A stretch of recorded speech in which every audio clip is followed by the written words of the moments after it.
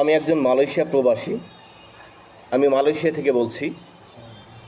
পৃথিবীর যে কোনো দেশে বাংলাদেশি যত প্রবাসী অবস্থান করছেন তাদের সবার প্রতি আমার আহ্বান, আমার কথাগুলো একটু শুনবেন। নির্বাচনের মায়েরে বাপ, নির্বাচনের মায়েরে চুদি, রাজনীতিবিদদের মায়েরে চুদি। বাংলাদেশে আমার এই বয়সে যতগুলো রাজনীতিবিদ দেখেছি বা যতগুলো দল ক্ষমতায় এসেছে, কোনো মাদারচোদেই এই প্রবাসীদের দিকে তাকায় নাই।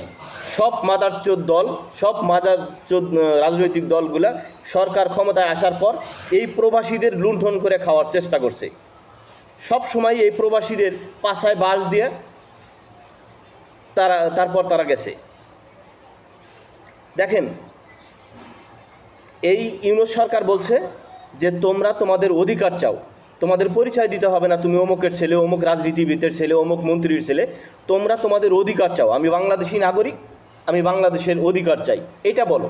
তা আমি সেই কথার সাথে অ্যাগ্রি করে আমি মালয়েশিয়া থেকে বলছি যে আমাদের প্রবাসীদের যে অধিকার, আমরা আমাদের অধিকার চাই। যারা আমরা প্রবাসে আসি তাদের অধিকার চাই, এবং যারা ভবিষ্যতে প্রবাসে আসতে চান তাদের অধিকার চাই।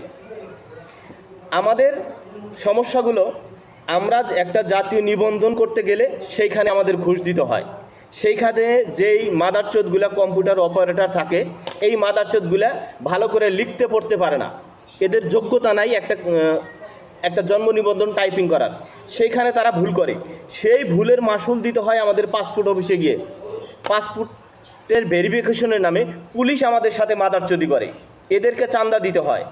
এই ইউনিয়ন কাউন্সিলের যে কম্পিউটার টাইপারগুলো থাকে, এদের ভুলের কারণে সেখানে মাসুল দিতে হয়। এরপর আমাদের ভিসা নিয়ে সিন্ডিকেট, পৃথিবীর সকল দেশ থেকে মানুষ আসে 1 লাখ থেকে 70,000 টাকার মধ্যে। আমাদের যাইতে হয়, বর্তমান কুয়েতে যাইতে হয় 10 লাখ টাকা দিয়ে, মালয়েশিয়া আসতে হয় 6 লাখ 5 লাখ দিয়ে। এই যে একটা বৈষম্য আমাদের সাথে করা হচ্ছে, এই যে জুলুম করা হচ্ছে, আমি এর প্রতিবাদ করছি, আমি এর প্রতিকার চাই।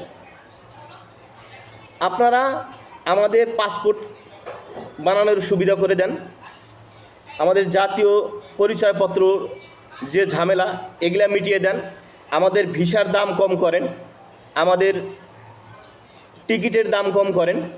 আর সবচেয়ে যেটা মেন বিষয়, সেটা হলো একটা কোম্পানি বাংলাদেশ থেকে 10 জন লোক আনবে।